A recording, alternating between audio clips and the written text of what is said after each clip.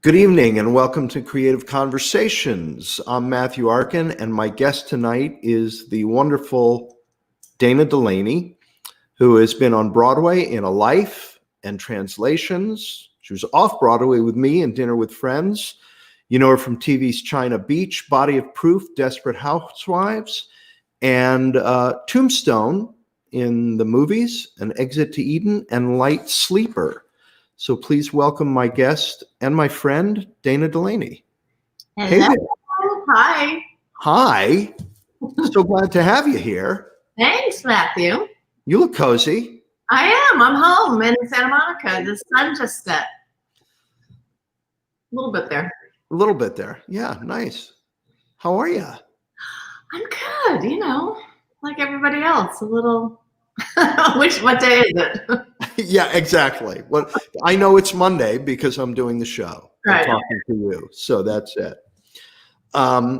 So what do you want to talk about tonight? I have a million questions for you. Just go. You just go. Just go? Yeah. All right. Well, where did you live your freshman year? That's what I've always wanted to know. Right, because we both went to Wesleyan. Yeah. Foss Hill, the lovely Foss Hill. Me too. Which one? Oh, God, I don't know. Second floor? I don't know. I just remember it was co-ed bath. Was it co-ed bath? It was a co-ed. Well, it depends. Depending on what your preference was. I was on a co-ed floor. Foss 8. I was in Foss 8. Yeah, I don't remember. Really close to MoCon. Yeah. Okay. So you didn't have to walk so far to eat. Got it. Yeah.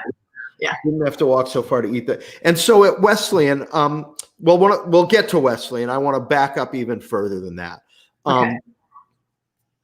I know exactly when I decided I wanted to be an actor. When did you know you wanted to be an actor?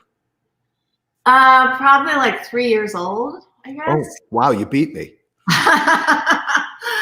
I mean, you came from a theatrical family. I did not. I didn't know anybody who did it, But I think I was kind of like shy as a kid, which people probably my family wouldn't believe that. But I would put on skits to like get over that. Like if I was playing somebody else, then I could get out of myself. So Okay. I was constantly putting on little shows for my family.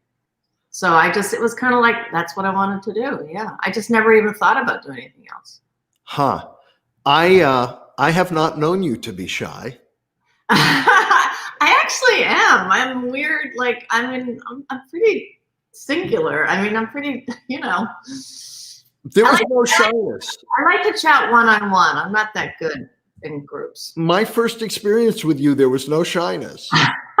Probably because I was acting. Oh, okay. Well, when I met you, we were doing a Dinner with Friends. I think I had maybe 10, 12 days to get put into the show. So it was business. Let's get to it. That's true. And you only had, I think you and I had one rehearsal together. Is that right? Or maybe two before you were, somebody's saying that you're great, that you're the best. I don't know what. That is Abby, who I've known since she was 14 years old. Ah, okay.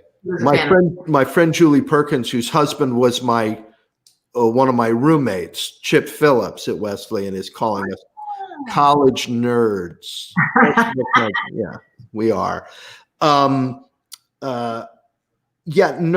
remember, Lisa Emery and I worked up to that love scene for weeks, dipping our toe in the water. And you were like, and I remember coming to you when our first rehearsal and being very sort of like, how do you want to, do you want to, and you were like, just go for it. We don't have any time, just go for it.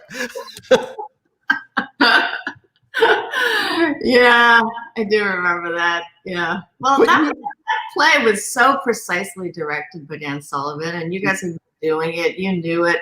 Like everything had to be so exact. It was terrifying. Oh, really? You were terrified? Oh God, completely. But I like a challenge. But yeah. Wow.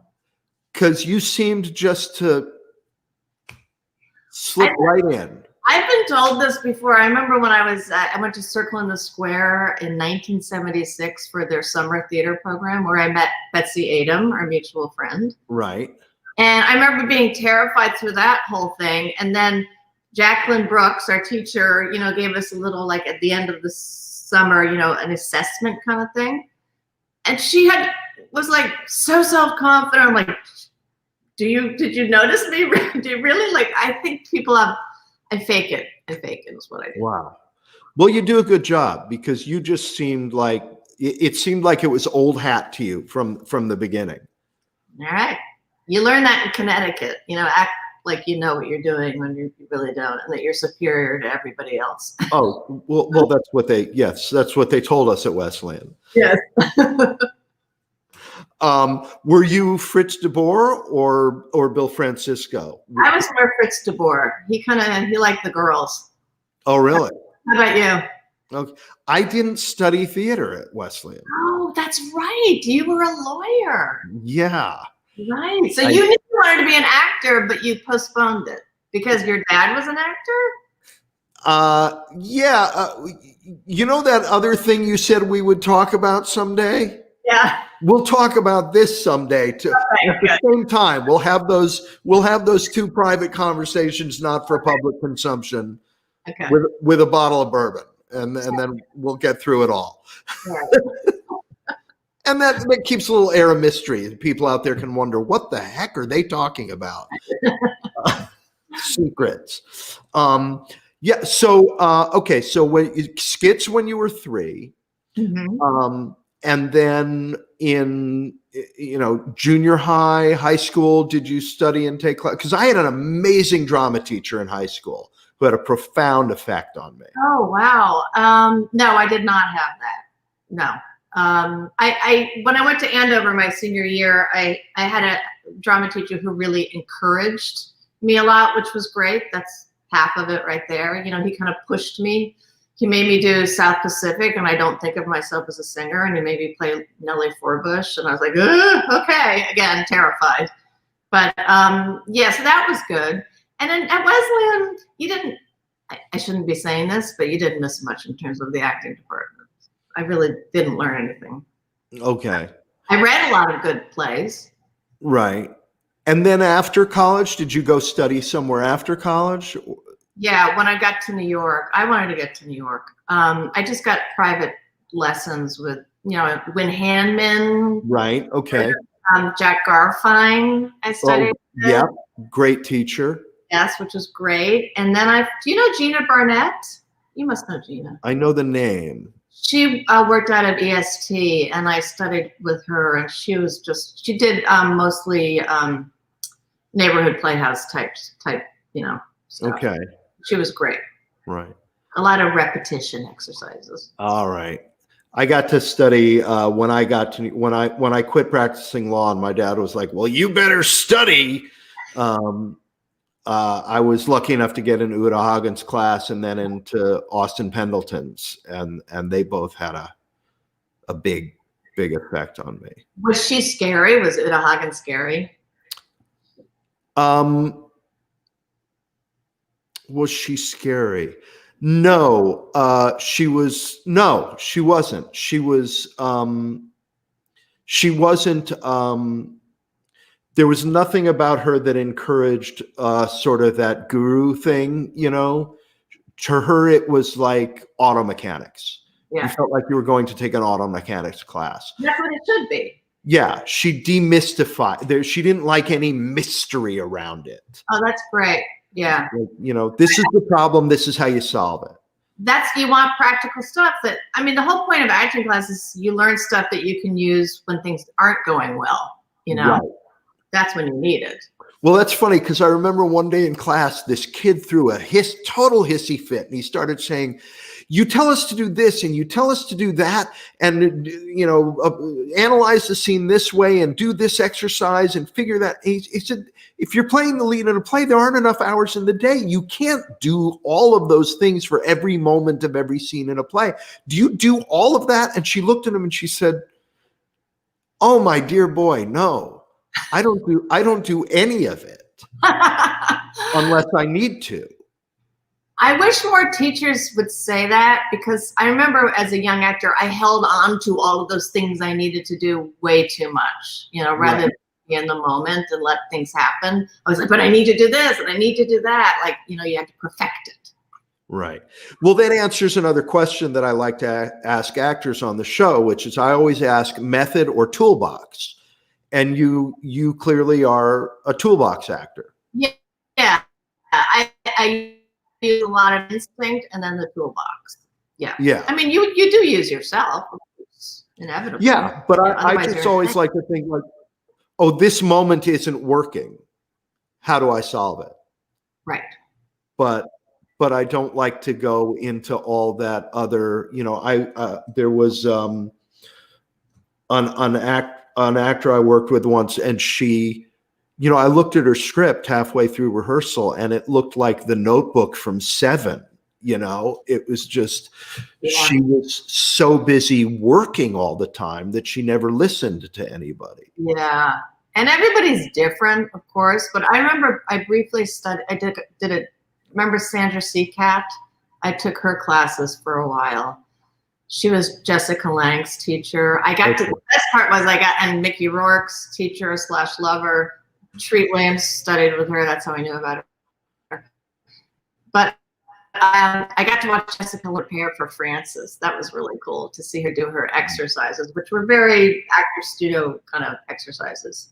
But I did a dream with Sandra, and I love my dreams, and I actually do use my dreams in my work because they just are in my subconscious. They're there, like sometimes they'll just pop up in my mind and I go, oh yeah, that's what this feeling is. But I remember after doing the dream workshop, it really fucked me up. Like, it ruined my dreams and it didn't become fun anymore. And I just think ultimately it should be fun. Yeah, hopefully. Otherwise, I'll go back to being a lawyer. Yeah, at least you have a fallback. I want to do something that's not fun. Oh, I haven't practiced law in over 30 years. I don't think I could fall back on it. So when you wanted to do this is another thing that I find really interesting with different people is, I know there were very particular things that were attractive and interesting to me about being an actor, as I'm sure there were for you. But at a certain point, when you really start doing the work, that shifts. And the reasons for doing it, for me, shifted tremendously. Have you found that what's important to you about what you do is different now? Yeah, definitely. I mean, I always did it because, not to be pretentious, it felt like a calling for me. I mean, it's like something I needed to do, not something, I really needed to do it. But I feel like it shifted actually when I got a little bit of fame. And I didn't really like it. I didn't like being watched for the wrong reasons, or being apart for the wrong reasons, besides work. And I have to admit that I kind of pulled back and I realized I just want to act. I don't want to be a star. I really just want to act. And that other stuff gets in the way. And it didn't make me happy. So that was a big shift for me. What is important to you about it? Because for me, it's strike that. What to you is important about what we do? Well, on a selfish level, it really makes me happy. I just feel like it's one of the rare things in life where you can actually find those moments of truth and they resonate. And that rarely happens in life. But if we can create that for a brief moment, to me, that's magic. So it just feels like magic to me, And what about on any larger level? Like what we do for the world? Yeah. Yeah. I mean, do we? Do we? Yeah. I worry about that sometimes. I mean, I think stories are important, but we also tell bad stories, which are not good for the world, Yeah. And I think when I did China Beach, that really hit me then. That was another shift for me when I realized, oh my God, I'm playing, I'm telling these stories about things that really happened to people, that really mattered to them. And we have such a responsibility to get it right and be honest about it. And ever since I did that show, sometimes it's gotten in the way. Like I've turned a bunch of stuff down because I felt like, yeah, it's going to be hugely popular, but I don't believe in it. And I don't think it's putting out a good message into the world. Right. So it's a fine line. Yeah. Well, let me tell you a story then about, because it involves you, I think, on some level, because it involves Dinner with Friends. That about 2 years after we closed, I was standing on a subway platform, and I felt a tug on my arm, and I turned, and there was a woman standing there, and she said, hi, I just had to say hello and thank you because you saved my marriage. And I was like, excuse me? And she said, yeah. She said, about 2.5 years ago, she said, I'm married and I'm an actor. My husband's an actor. And about 2.5, 3 years ago, I was doing pretty good in my career, and he wasn't getting any work, and he was doing, working as a contractor, and our marriage was circling the drain, and I wanted to get therapy and he didn't, and we were falling apart. And some friends of ours had 2 tickets to Dinner with Friends, and they couldn't use them, so they gave them to us, and we went to see the show. And when it was over, he broke down crying in the lobby and said, I've been an idiot. Let's go get help. And we did, and we're okay now. Wow. And I just wanted to say thank you. Now, I don't sit around and think, she said you saved my marriage. I don't sit around and think, oh, wow, I saved somebody's marriage. But in that It's a Wonderful Life way, right. You and I got to be part of something that, like you said, sometimes we send bad messages out, but I think sometimes we send good messages out too. And when we have a chance to do that kind of thing we're not conscious of it, obviously, but the idea of throwing snapshots or images or possibilities out there, to me, that sort of has become more and more why I want to do this. Right. And obviously, we get to do that down at South Coast Rep a lot more than we get to do it in the television world. Yes. In the TV world, it's Hawaii 5-0 or. Once in a while, it's great. Yeah. Great shows on TV. I was just going to say that can also go the other way, because I'm remember the movie Happiness, that Todd Solondz movie, I think it was. Yeah. I was going to see that with a boyfriend I was dating at the time, who I was very much in love with. And, it's a very dark movie, and Dylan Baker plays a pedophile in it. And at the end of the movie, my boyfriend is like weeping. And I was like, do you want to tell me something? Is there something you want to share with me? Did something happen to you, or did you do something? You left the movie theater and he went to the police station and turned himself in. And he never would tell me. And then I found out later he'd been having an affair behind my back, and that was his guilt. But I'm thinking either he's a pedophile or something happened to him. Oh my God. All right, I'm quitting. I'm not going to be. I give up. I don't think we should do this anymore. But I have to. I'm going to take up knitting. Then I'll be putting scarves out into the world, and those are always a good thing, right? Yeah, I do find at this age, I feel like I have the luxury of really just doing things that intrigue me now, scare me. I mean, I just like to be scared and do things that I'm not normally known for, what I would be given normally. Right. Okay. What scares you? Oh gosh, like really revealing yourself, I mean, that's always the fun part of acting, but really revealing yourself. Like I have something coming up that I'm working on that it's going to be out there. And people are saying, really, you want to do that? I'm like, yeah, why not? I have nothing to lose at this point. Why not? Well, you're not a pedophile, are you?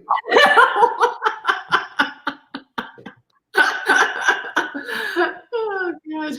So how bad can it be? You have a new film coming out on, is it HBO?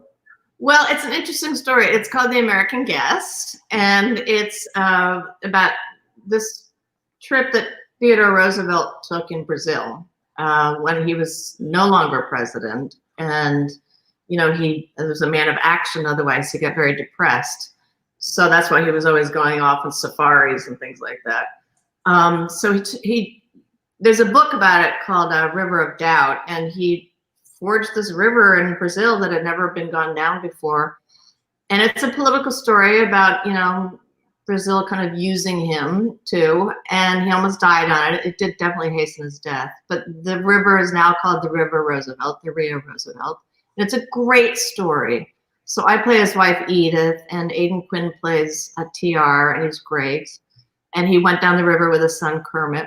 So we filmed it, I think, 2 years ago now. Wow. In Brazil, in Sao Paulo, and Aidan had to go on the river, and it was not an easy shoot. And it has not seen the light of day yet, and I'm just hoping it does, because it was for HBO Latin America.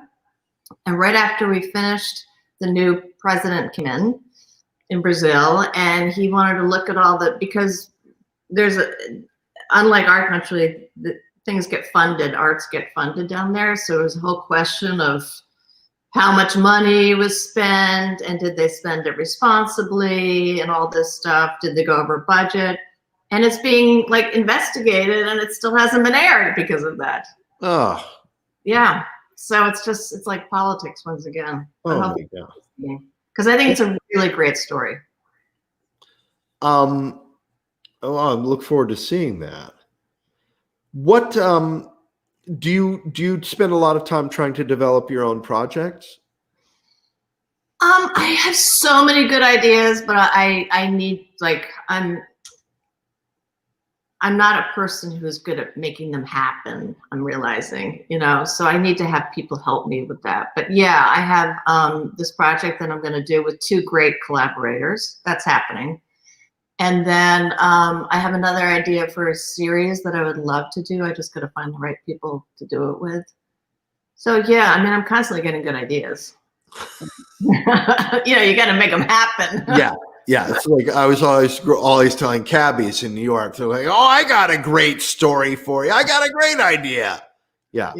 I'm learning how you got to stick to it, and I have great respect for producers that just do not give up. Yeah. No, that's it is an interesting process of getting up in the morning and trying to figure out how to move each project. What can I do today on each thing to move it ahead 1 square? Yeah. I mean, I'd be perfectly happy just reading a book all day long. I'm really good at that. Oh, really? Okay. Yeah. Boy, I wish I could get to a place of just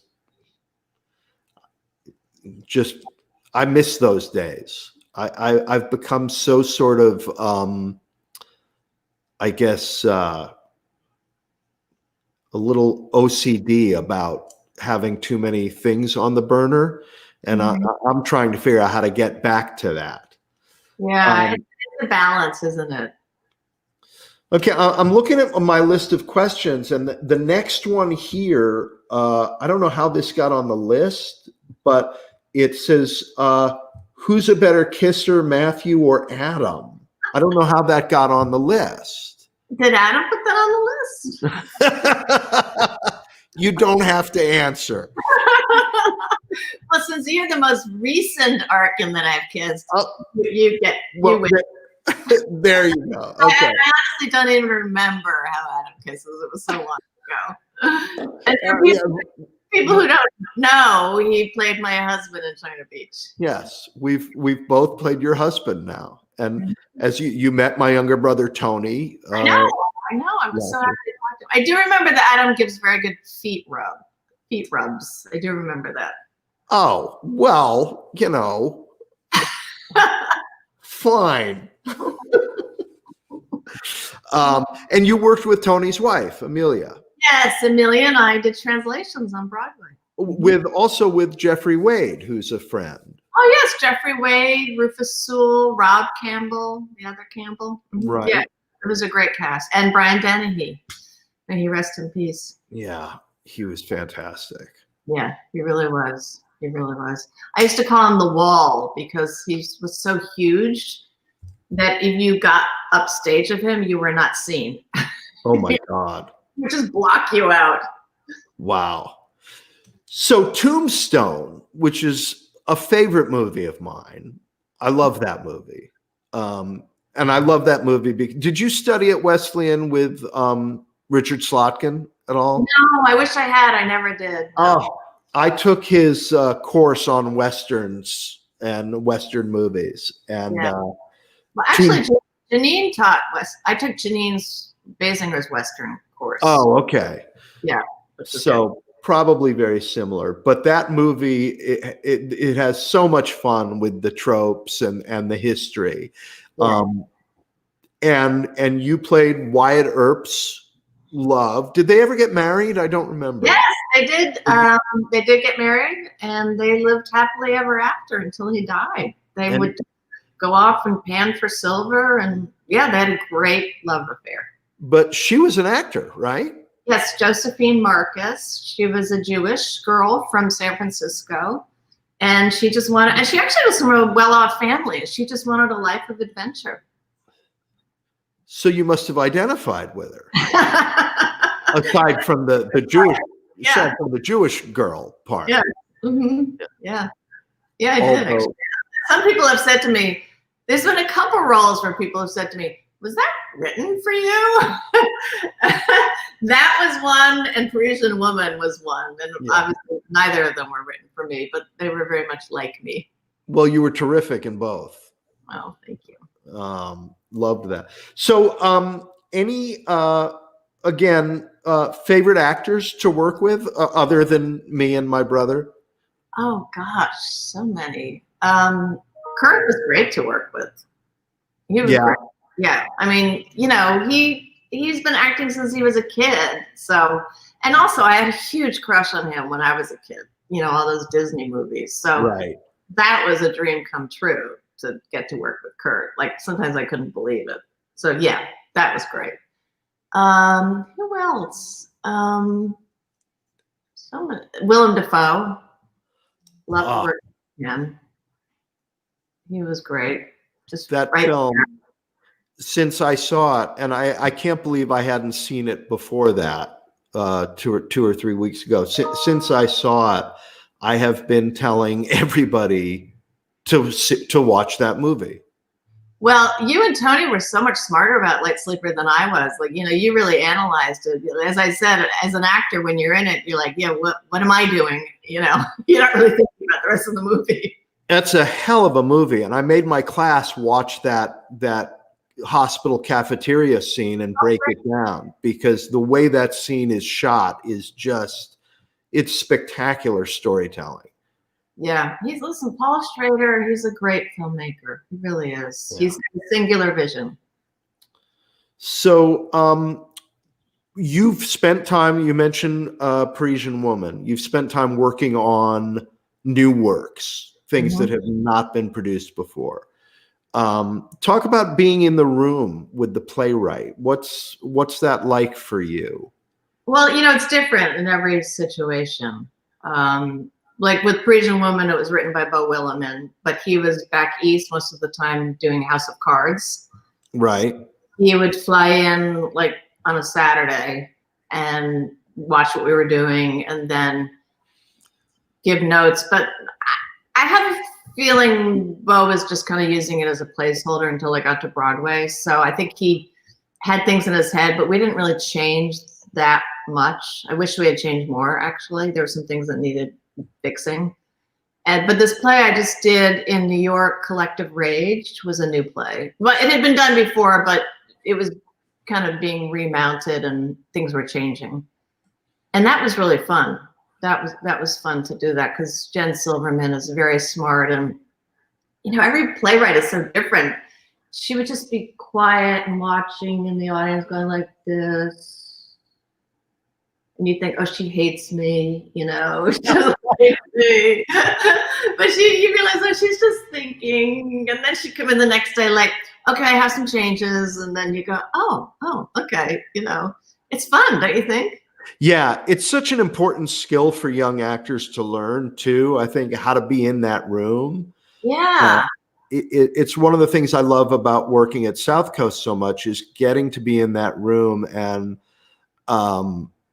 seeing that there are actors who know how to work in that environment and others who don't. Yeah. I've done workshops down there with somebody who was spectacular in the role, and then the next workshop, they're suddenly not there anymore because they're just not, no matter how good they are, they're not easy to be in the room with. Yeah, I'm learning that. Yeah, like the play I just did at McCarter, Goodnight, Nobody, that Rachel Bonds wrote. I think I told you this, that one scene, which was so interesting. The reason I took the play was this opening scene. I loved the scene. I thought it was perfection. And it was one of two scenes I was in that were constantly being worked on. And that scene was rewritten until the 5 minutes before we opened. It was nothing like the original scene that I loved. So for some reason, she didn't think it was working. The director, Tyne Raffaele, didn't think it was working. It didn't fit the play, whatever. But yeah, I mean, that's scary. I mean, that's actor's nightmare. Yeah. Where you just have to go, okay, I don't know if I'm going to remember it or not. Right. Yep. I remember being in a rehearsal with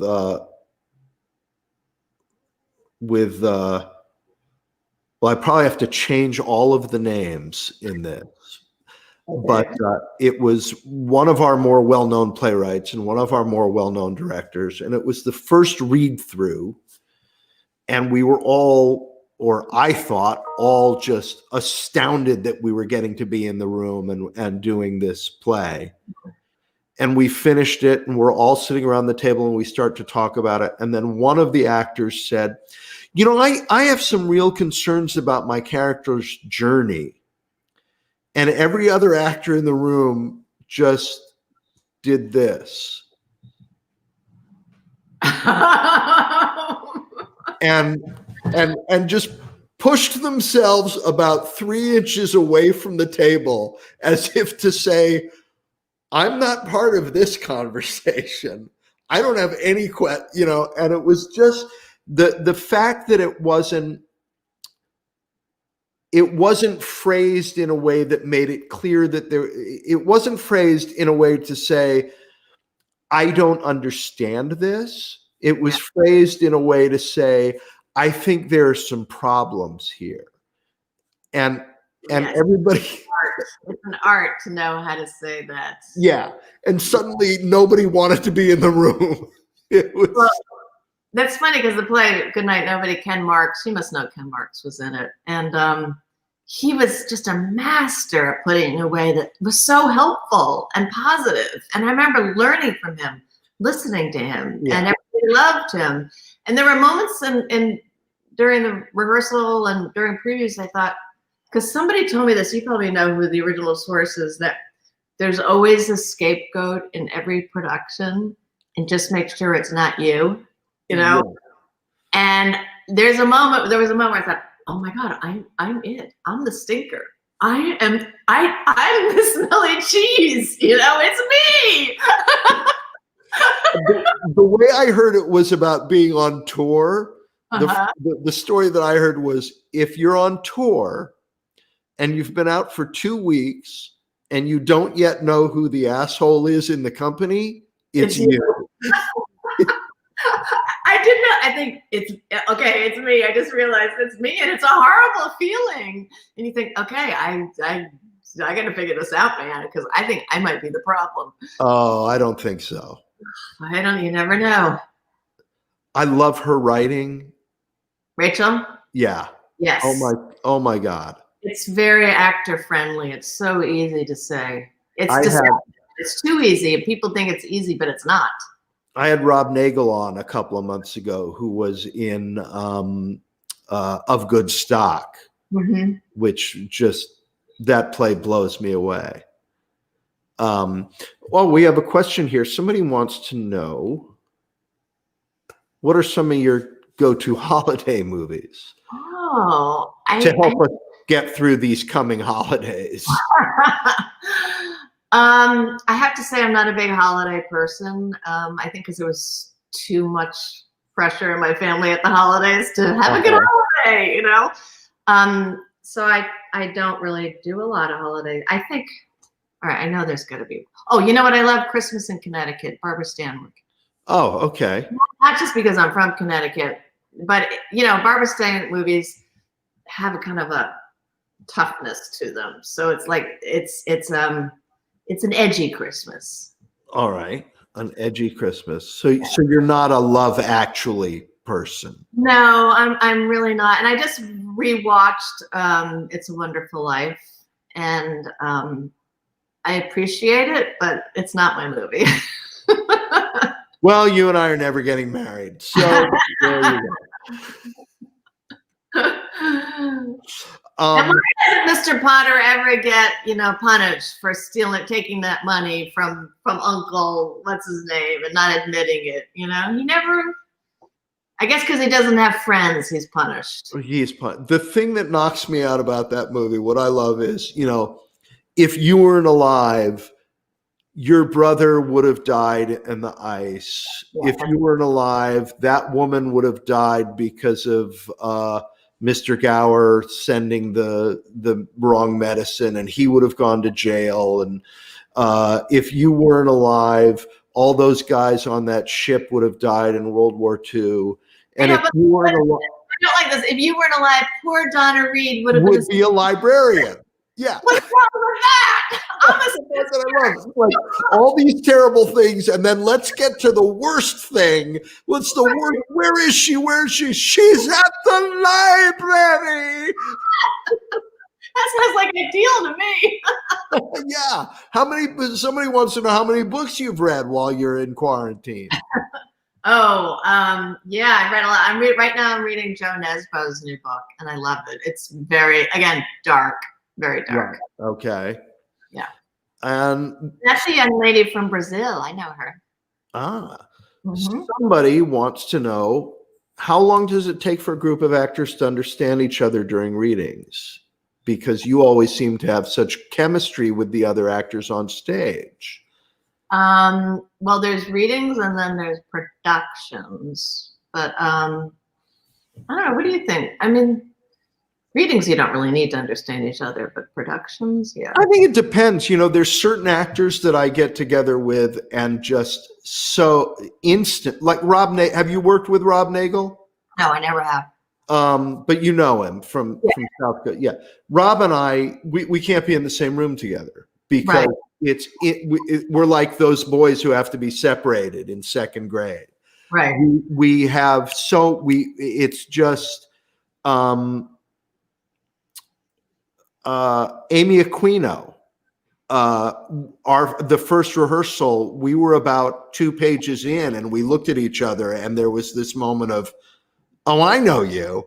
You guys were great together in that play. Well, we just get each other. Yeah. So they cast us again together the next year in something else because we just, there's some actors who you just speak the same language. Right. Yeah. And others who you don't too. And that's. But sometimes that works.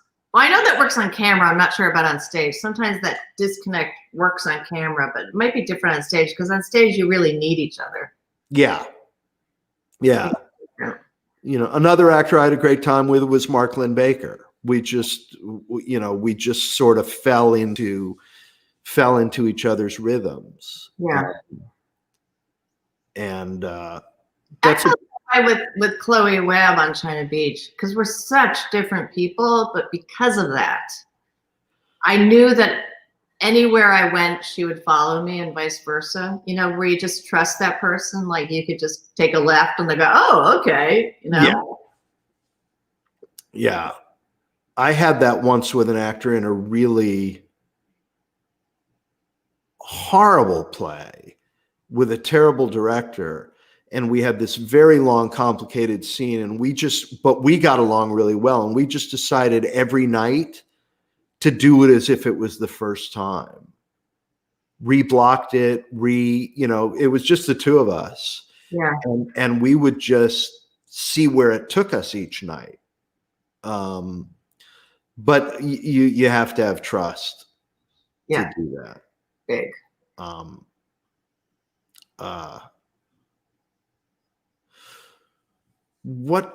Yes, my friend Julie Perkins also pointed out that for some reason Donna Reed needs glasses. When she's not with him. Not with him. Yeah. Well, a good man improves your eyesight. I already paid for a LASIK.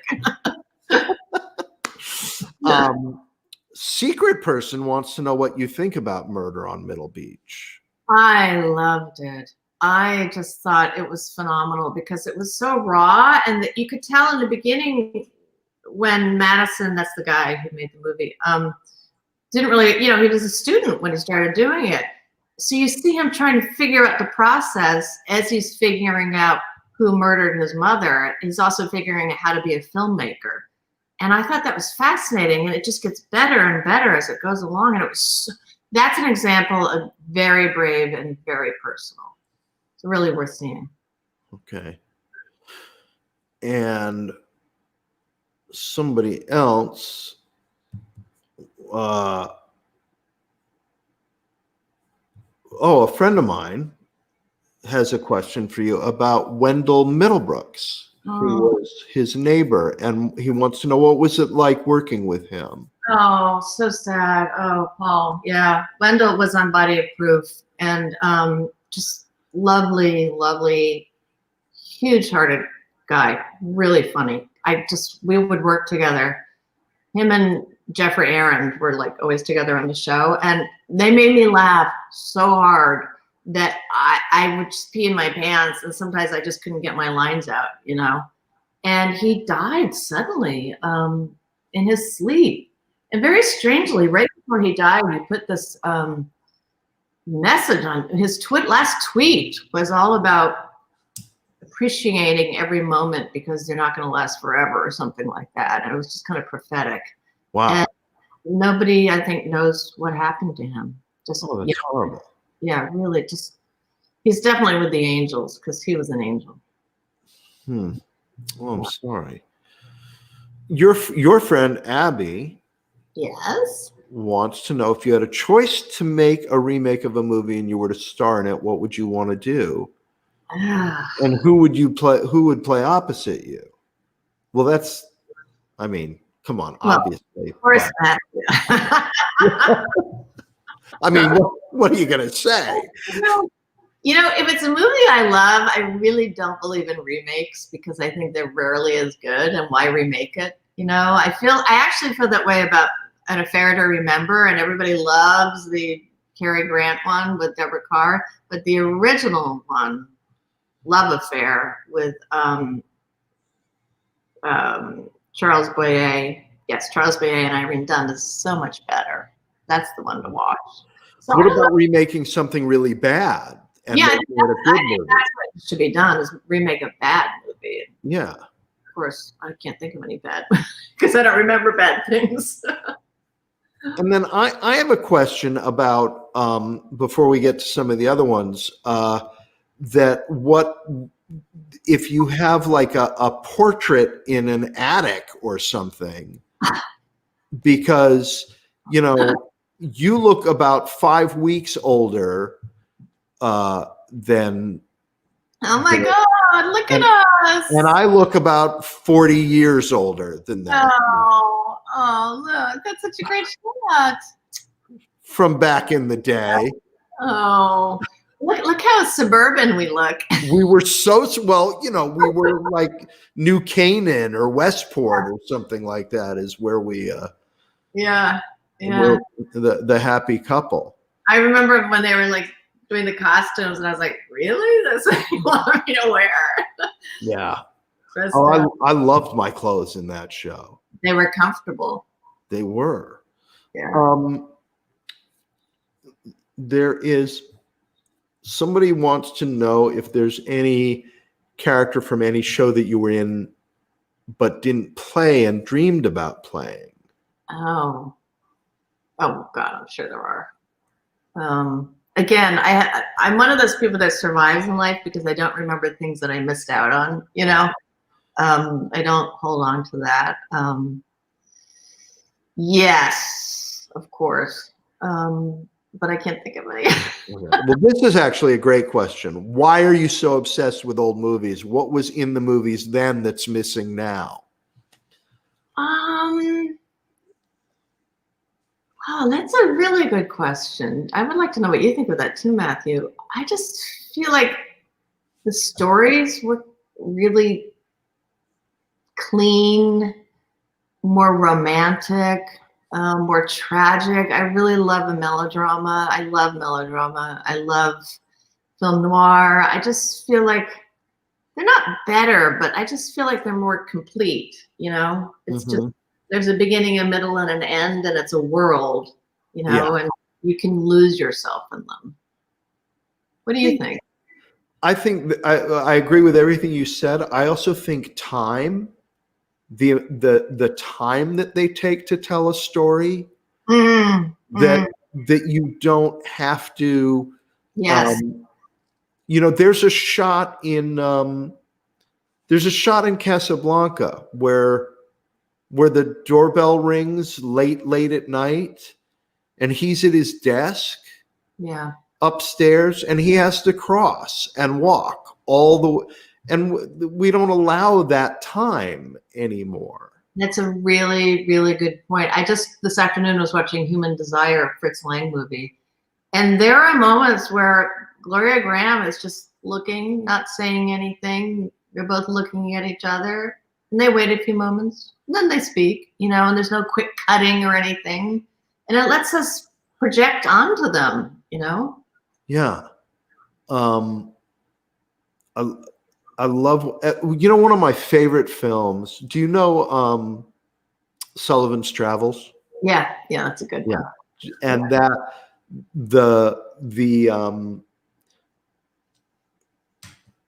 there are some filmmakers doing it today, but we allowed movies to take us to places of magic and hope that we don't so much anymore.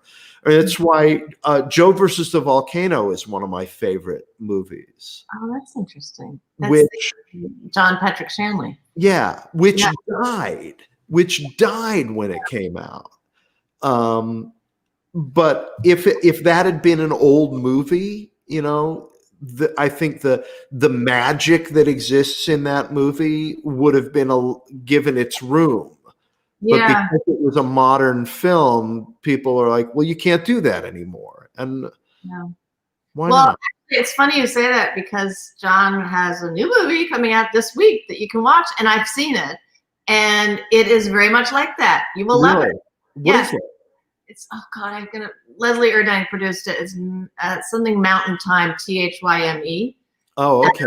And it's Emily Blunt is in it, and Jamie Dornan, and Christopher Walken is fantastic in it. Oh, I'll check it out. Irish accent, and it takes place in Ireland, and it was based on the play Outside Mullingar. Okay.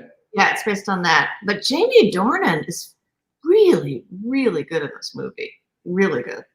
I will have Leslie's nephew in my class in the spring. Which one? What is his name? I know. Ollie. Oliver. Yeah. Yes. That's great. Does he want to be an actor? A film. Well, he's going to be in the film school. I teach film production at Chapman. Yeah. Yeah, and his mom is a good friend of mine, Terry's sister. I mean, Leslie's sister, Terry. Terry's great. I've known her actually since I was in law school. Oh, I didn't know that. Yeah. Oh. Because when I was in law school, I really didn't want to be in law school, so I spent my evenings drinking at Cafe Central. And she was a waitress there. Yeah, she was on the door. Yeah. That was when I met Terry. Yeah, there you go. Mm-hmm. So what is the first place, Abby, your friend Abby wants to know, what is the first place you will travel when COVID is over? Yes. I probably will go to Ireland. I've been wanting to do that because, it's the old country. And I've only been to Dublin, so I would really like to drive and go out to the coast and see all of it and see friends that I have there. So I'll probably do that first. Okay. And then France after that.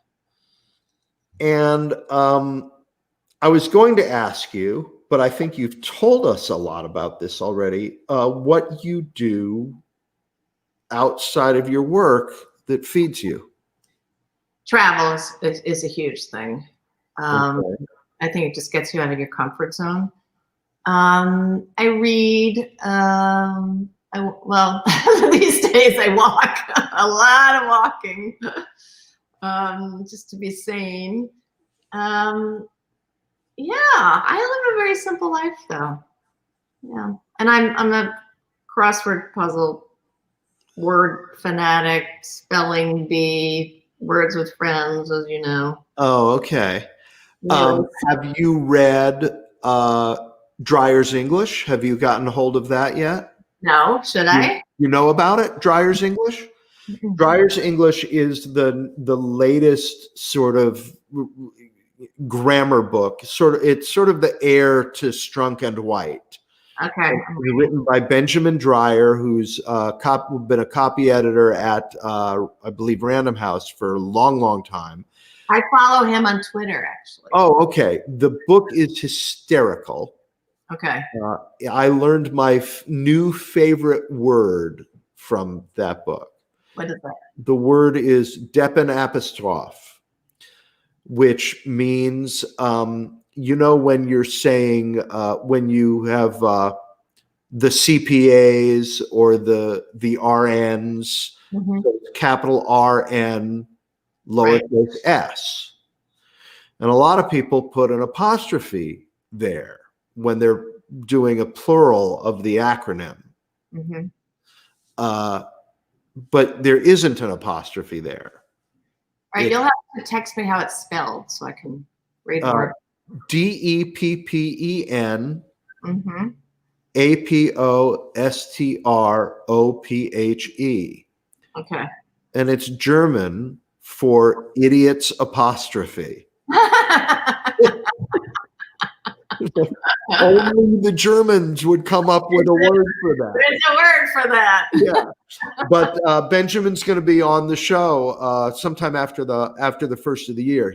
I want to interview him, so he's going to come on. Oh, that's fantastic. Because is he very strict with people about words? No, he's not. I mean, the book is really interesting in how it takes a very middle road about certain things and talks about how language has to be elastic. Like the Constitution. Yes. Please. Oh God, just another few weeks. Look at that. I was talking to you and forgetting about it for a little while. Sorry. That's okay.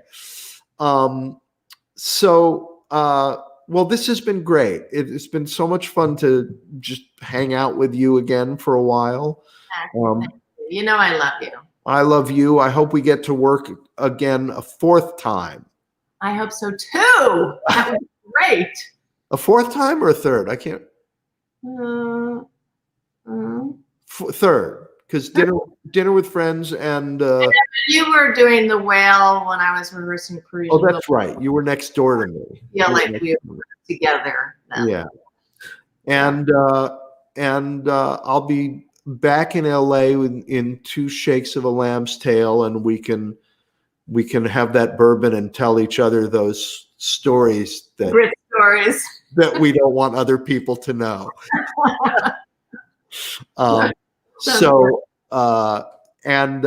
This Wednesday, for people out there in the audience, the movie that my brother and I will be talking about is 3 Days of the Condor. Oh, such a good movie. Yeah. So we'll be talking about that Wednesday at 10 Eastern, 7 Pacific. So join us then.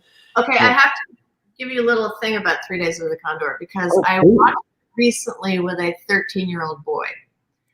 And he was outraged by this movie, outraged how Robert Redford treated Faye Dunaway in that movie in terms of the sexual politics. Because, young kids these days are very, politically correct and all that stuff. And we were like, I said, no, you should never treat a woman like that. I'm like, wow, interesting. Really it's problematic watching it now. Mm-hmm. I just remember that she was everything was brown. All of her clothes were brown and her hair was brown. Like she was trying to tamp down her glamour in it. Yeah. It's an interesting movie. There's some great stuff. Well, I don't want to give away what Tony and I don't talk about the movies before the show. That's smart. So we go into the show not knowing whether the other one liked it or not.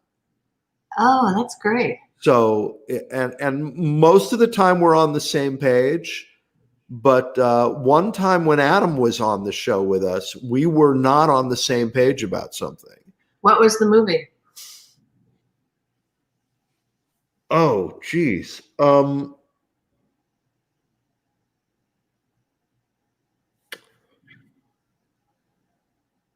Gosh, I don't remember which one it was that he liked that we didn't. One that Tony liked that I didn't was Harper. Oh, the Ross McDonald. Yeah. Yeah. Mm-hmm. Yeah. I actually want to see that movie again. And then I'm not remembering which one it was that Adam. Oh, it was the Little Drummer Girl. Oh, Diane Keaton. Yeah. John Le Carre. Which I just didn't go there at all. And who directed that? That was directed by German director, was it? It was a German, wasn't it? Yeah. It wasn't Volker Schlongdorf, was it, or Carl Reiss, or one of those people? No, it was. I can tell you. I would like to revisit that because I do wonder if it holds up. And I'm a big John Le Carre fan. Yeah, the Klaus Kinski. It was George Roy Hill directed. Oh my God! Wow. Yeah, who's a terrific director. But I just thought that movie missed in every moment. I didn't buy any moment of it. And she was the soldier in it, right? Diane? Yeah. Yeah. And I thought miscast, and Adam just had nothing but praise for it. But he's the older brother, so he's right. Yeah, but that's great about movies. Yeah. That you can just discuss them endlessly. Yeah. That's what I love about it. Is the film world on Twitter, because everybody's got an opinion about it. Oh yeah. And you find people who are like-minded, and then it's very interesting. Yeah. So, well, thank you so much for doing this. Matthew, I look forward to seeing you in person. And I'll see you in person in a couple of months. I'm going to get a needle in my arm, and I'll be back. Well, I'm going to get it before you because I'm older. It's one of the benefits. Oh, no. See, you shouldn't have outed yourself. I would have taken the older rap. I totally would have. All All right. right. I will talk to you soon. Okay. Good night, everybody.